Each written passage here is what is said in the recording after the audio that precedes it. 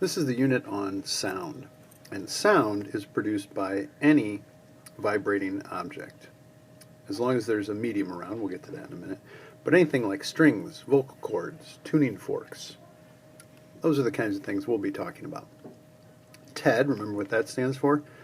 Traveling Energy Disturbance. Remember that sound waves are energy waves. They transfer energy from one place to another. We'll find out later. It's a very tiny amount of energy, but energy nonetheless. And it travels. And it's a disturbance in some medium. Usually air, but it could be any liquid or any solid. Pitch is what musicians call, what physicists call frequency. So you can have a high pitch or a low pitch, which corresponds to a high frequency or a low frequency. All right, I hope you're laughing at home about that. And the vocabulary word volume or loudness in the everyday language translates to amplitude, which we've already talked about in terms of waves, and we'll talk about intensity in the next lecture. But we'll save that for now. Keep it simple for now, just the introduction. So humans normally hear sounds between 20 and 20,000 hertz. That's a normal or average range of human hearing. Anything below 20 we call infrasonic. Anything above 20,000 we call ultrasonic. But that's always the perspective of us. Certainly dogs, what might be infra or ultrasonic to us is audible to dogs. And you can see the numbers there for dogs, cats, bats, and dolphins.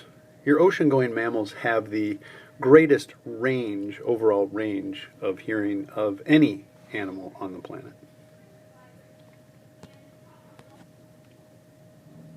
And remember that sound is a longitudinal wave. That means these air molecules are moving back and forth in the same direction as the wave is traveling. And the air molecules then get scrunched up in some places and spread out in other places.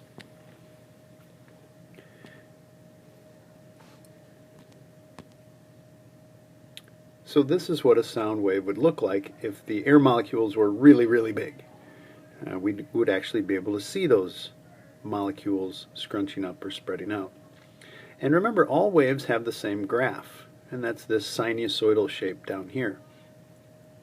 Imagine if you could take a tiny little marker, a tiny little pen, and attach it to one of these molecules in here, and as that molecule jiggles back and forth, you dragged a tiny little piece of paper underneath the pen, you would get this kind of sinusoidal shape, the same shape that any wave makes.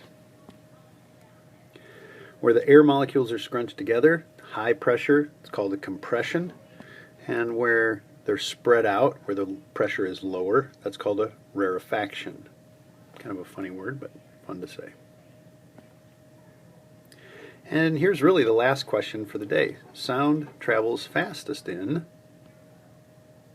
Are you thinking of your answer? Circling it in your notes? I'm going with solids. And it's because the molecules are closer together. So when you bump one molecule, it immediately, or virtually immediately, bumps into the molecule next to it, and thereby transferring that energy from molecule to molecule. In liquids, the molecules are a little further apart. In gases, they're really far apart. What about vacuums? Can sound even travel in a vacuum? Nope. There's no medium for that sound wave to propagate through.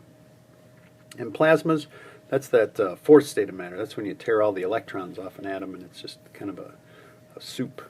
But we're not even going to talk about that. So you won't see that option again. All right, that's it for the intro to sound, a quick 5-minute intro.